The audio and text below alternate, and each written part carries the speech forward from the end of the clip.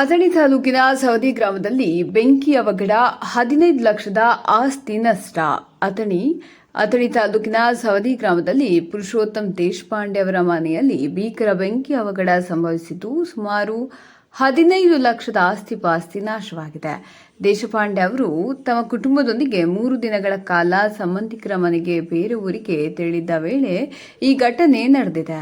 ಸಂತಸದ ಸಂಗತಿ ಎಂದರೆ ಯಾರಿಗೂ ಯಾವುದೇ ಗಾಯಗಳಾಗಿಲ್ಲ. ಪ್ರಾಥಮಿಕ ತನಿಖೆಯ ಪ್ರಕಾರ ವಿದ್ಯುತ್ ದೋಷದಿಂದಾಗಿ ದೇಶಪಾಂಡೆ ಅವರ ತೋಟದ ಮನೆಗೆ ಬೆಂಕಿ ಹೊತ್ತಿಕೊಂಡಿದೆ. ಇದರಿಂದ ಮನೆಯಲ್ಲಿದ್ದ ಧಾನ್ಯ, ಪಾತ್ರೆಗಳು, ಬಟ್ಟೆ ಬರೆ ಮತ್ತು ಜೀವನಕ್ಕೆ ಅಗತ್ಯವಾದ ಇತರ ಸಾಮಗ್ರಿಗಳು ಸಂಪೂರ್ಣವಾಗಿ ಭಸ್ಮವಾಗಿದೆ.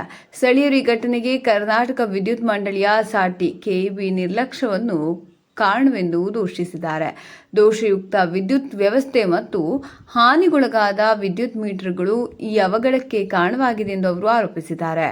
ಬೆಂಕಿಯನ್ನು ಗಮನಿಸಿದ ಸ್ಥಳೀಯರು ತಕ್ಷಣವೇ ಅಗ್ನಿಶಾಮಕ ದಳಕ್ಕೆ ಕರೆ ಮಾಡಿದರು. ಅಗ್ನಿಶಾಮಕ ದಳದ ಸಿಬ್ಬಂದಿ ಮತ್ತು ಕೆಇಬಿ ಅಧಿಕಾರಿಗಳು ಸ್ಥಳಕ್ಕಾಗಮಿಸಿ ಬೆಂಕಿಯನ್ನು ನಿಯಂತ್ರಣಕ್ಕೆ ತಂದರು.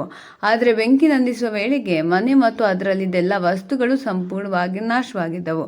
ಸ್ಥಳೀಯ ಆಡಳಿತವು ವಿದ್ಯುತ್ ದೋಷದ ನಿಖರ ಕಾರಣವನ್ನು ಕಂಡುಹಿಡಿಯಲು ತನಿಖೆ ಆರಂಭಿಸಿದೆ. ಇಂತಹ ಘಟನೆಗಳು ಮರುಕಳಿಸದಂತೆ ಕೆಇಬಿಯಿಂದ ಕಠಿಣ ಸುರಕ್ಷತಾ ಕ್ರಮಗಳನ್ನು ಕೈಗೊಳ್ಳಬೇಕೆಂದು ಮತ್ತು ಜವಾಬ್ದಾರಿಯನ್ನು ಒಪ್ಪಿಸಿಕೊಳ್ಳಬೇಕೆಂದು ಸ್ಥಳೀಯರು ಒತ್ತಾಯಿಸಿದ್ದಾರೆ. ದೇಶಪಾಂಡೆ ಮತ್ತು ಅವರ ಕುಟುಂಬವು ಈ ದುರಂತದಿಂದ ತಮ್ಮ ಜೀವನವನ್ನು ಮರುನಿರ್ಮಾಣ ಮಾಡುವ ಕಠಿಣ ಸವಾಲನ್ನು ಎದುರಿಸುತ್ತಿದ್ದಾರೆ. ವರದಿ ಹಜರತ್ ಅಲಿ ಕಮಾಲನವರ.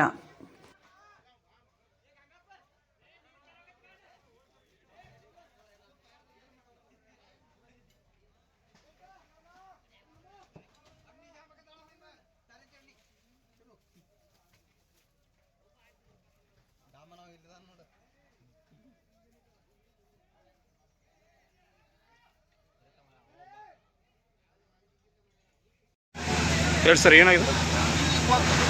ಒಂದ ಕಡೆ ಆಗಿಲ್ರಿ, ಎಲ್ಲ ಕಡೆ ಆಗೈತ್ರಿ. ಒಂದು 2-3 ಎಲ್ಲ ಕಡೆ ಆಗಿದೆ ಅಂದ್ರೆ ವಿದ್ಯುತ್ ಅವರು ಸರಿ ಮಾಡಿಲ್ಲ ಅಂತ.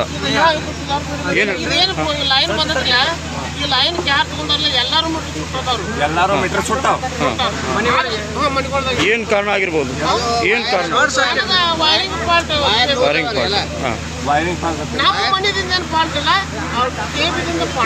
ಕೆಬಿ ಸಿಬ್ಬಂದಿಗಳು ಸರಿಯಾಗಿ ಕೆಲಸ ಮಾಡಿಲ್ಲ ಅಂತ ಇದ್ರಿ. ಲೈಟ್ ಗೀಟ್ ಎಲ್ಲ ಹರಿಸಿ ಹೋಗ್ಯಾರ್ರಿ. ಯಾವ ಚಾಲು ಇಟ್ಟಿಲ್ಲ, ಒಂದು ಬಾಲ್ ಇಟ್ಟಿಲ್ಲ. ಸುಮಾರು ಎಷ್ಟು ಮನೆಯಲ್ಲಿ ಈ ಥರ ಮೀಟರ್ ಸುತ್ತದ?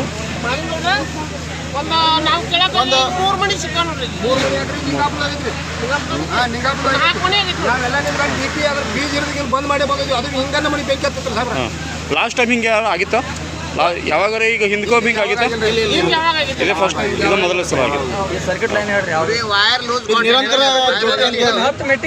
ನಿರಂತರ ಜ್ಯೋತಿ ಅಂತ ಈಗ ಆಗ ಇದೊಂದು 8 ವರ್ಷ ಆತ್ರಿ. ಇದು ಅವಾಗ ಮಳೆ ಅದು ಅದಾಗೋದು. ಕೆಬಿ ಯಾವ ಸಂಬಂಧಪಡುತ್ತೋ? ಇದು ಸತ್ತಿ ಕೆಬಿ ಸತ್ಯಕ್ಕೆ ಸಂಬಂಧಪಡ್ತದ್ರಿ.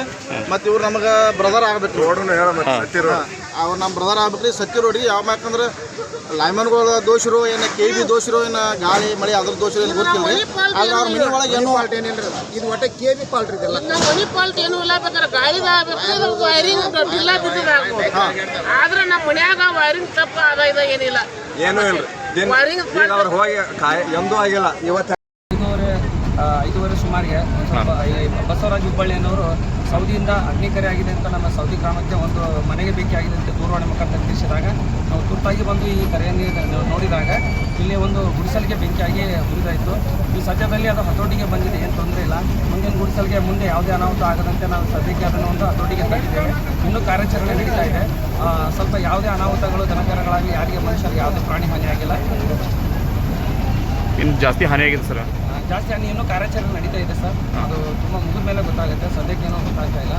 ಮನೆ ವಾಸಿಸುವ ಗುಡಿಸಲು ಮನೆಗೆ ಬೆಂಕಿ ಆಗಿದೆ.